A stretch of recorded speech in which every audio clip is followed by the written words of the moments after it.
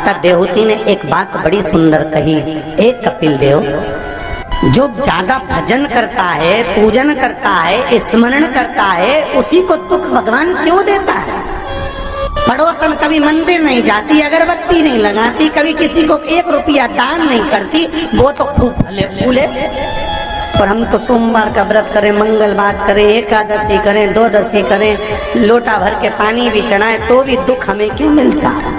बोलो रे जी सही है कि गलत है? उसका उत्तर कपिल देव जी महाराज ने दिया, माँ सुनो, जिस प्रश्न को आपने मुझसे करा यही प्रश्न देवऋषि नारद ने भगवान विष्णु से करा। यही प्रश्न भगवान विष्णु से देवऋषि नारद ने करा कि जो मंदिर जाए, देवालय जाए, पूजन करे, अर्चना करे, पाठ करे, स्मरण करे, दुख उसी को क्यों मिलता है? और जो कभी मंदिर नहीं जाए, भगवान का भजन नहीं करे, उसके तो 4 चांद लग जाते, खूब लक्ष्मी भगवान देता। नारद जी ने जैसे भगवान विष्णु से ये प्रश्न किया तो भगवान विष्णु देवऋषि नारद से बोले, इसका उत्तर मैं बाद में दूंगा, पहले अपन दोनों ब्राह्मण के कपड़े पहनकर चल घूमने चलते। और देवऋषि नारद को ब्राह्मण के कपड़े पहना दिए, भगवान विष्णु ने ब्राह्मण के कपड़े पहन लिए, दोनों घूमने के लिए चल दिए। जाते जाते एक सेठ जी का दरवाजा मिला, एक बहुत बड़ा बंगला, बहुत बड़ा घर, और वहां जाकर भगवान विष्णु ने नारद जी से कहा, भूख लग रही, कुछ मांग ले। सेठ जी क्या? नारद जी ने आवाज लगाई, भिक्षाम देही। सेठ जी निकल के बाहर आए, क्या है बाबा? हमें भूख लगी है, थोड़ा सा कुछ दे दीजिए। सेठ जी बोले, तेरा बाप रख के गया, दे दीजिए। निकले यहाँ से बाहर। अगर भिखारी, भीख मंगे, चल निकलो यहाँ से बाहर। नारद जी के तो कांटे से खून नहीं। नारद जी भगवान विष्णु को देख रहा है, भगवान विष्णु नारद को देख रहा है। विष्णु जी ने नारद जी का हाथ पकड़ा, लेकर चल दिए वापस। नारद जी बोले, सेठ जी ने इतना अपमान करा, तुमने कुछ बोला नहीं? भगवान विष्णु ने दोनों हाथ उठाकर कहा, जा, तेरे यहाँ 4 चौगुना धन बढ़ जाए, तेरी दौलत और बढ़े, संपदा और बढ़े, तेरे पास में लक्ष्मी और बढ़े। नारद जी चले, भगवान विष्णु का हाथ पकड़ के बोले, ये कहाँ की रीति है? उसने धक्के मारकर निकाला, गाली दे के निकाला, बाप तक पहुंच गया, और तुम उससे कह रहे हो कि तेरी लक्ष्मी बढ़ जाए। नारद जी, भगवान विष्णु बोले, मेरा मन, चल तू तो आगे चल।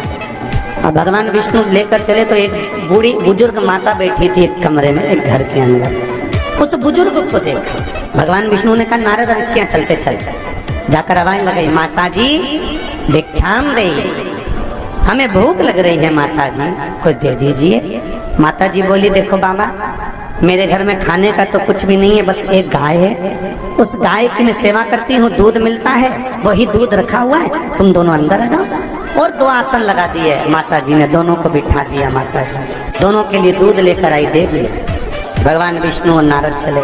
नारद जी बोले, कितनी अच्छी माता है, बिठा के दूध पिलाया, पानी पिलाया, और बस सेठ जी ने धक्के मारकर निकाल दिया।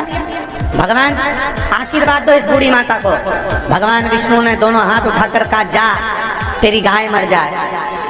अब तो और कांटे से खून नहीं। भगवान देवऋषि नारद ने कहा, प्रभु तुम्हारा ये स्वरूप मुझे बहुत बुरा लगा। भगवान ने कहा, कौन सा स्वरूप? वो सेठ जी ने धक्के मारकर निकाला था, कहते हैं वो लक्ष्मी बढ़े, और वो बेचारी गाय का दूध पिलाई और तुम कहते उसकी गाय मर जाए। हाँ। भगवान बोले, मेरा मन, तो तुमने ऐसा क्यों करा? भगवान बोले, नारद तू मेरी लीला नहीं समझता ना। नारद जी बोले, कभी समझूंगा भी नहीं, पहले बताओ ये क्यों हुआ, लीला जाने दो, मुझे तो ये बताओ। भगवान ने कहा, नारद बात इतनी सी है, वो बूढ़ी माता मेरा भजन करती है, दिन भर मेरा नाम लेती है, वो मरेगी, उसके घर में एक गाय है, उसमें उसका दिल बहुत लगा हुआ है, उसकी सेवा करती है, मरेगी, मरते समय विचार करेगी कि मेरे मरने के बाद मेरी गाय का क्या होगा। गाय की याद करते करते जब मरेगी तो उसको गाय की योनि मिल जाएगी, वो भगवान के पास नहीं आ पाएगी, विष्णु के पास नहीं आ पाएगी। इसलिए मैंने उसके मरने से पहले उसकी गाय को मार दी। नारद जी बोले, ये तो समझ में आ गया, पर अब ये बताओ कि वो सेठ जी को लक्ष्मी क्यों बढ़ाई? भगवान बोले, नारद उसको धन से बहुत प्रेम है, मैंने लक्ष्मी इसलिए बढ़ाने का आशीर्वाद दिया कि वो लक्ष्मी को जोड़ जोड़ के इकट्ठा कर कर कर जब मरेगा, वो लक्ष्मी और पैसे के चक्कर में जब मरेगा तो आखिरी में मरकर सांप बनकर उसी दौलत पे बैठा रहेगा।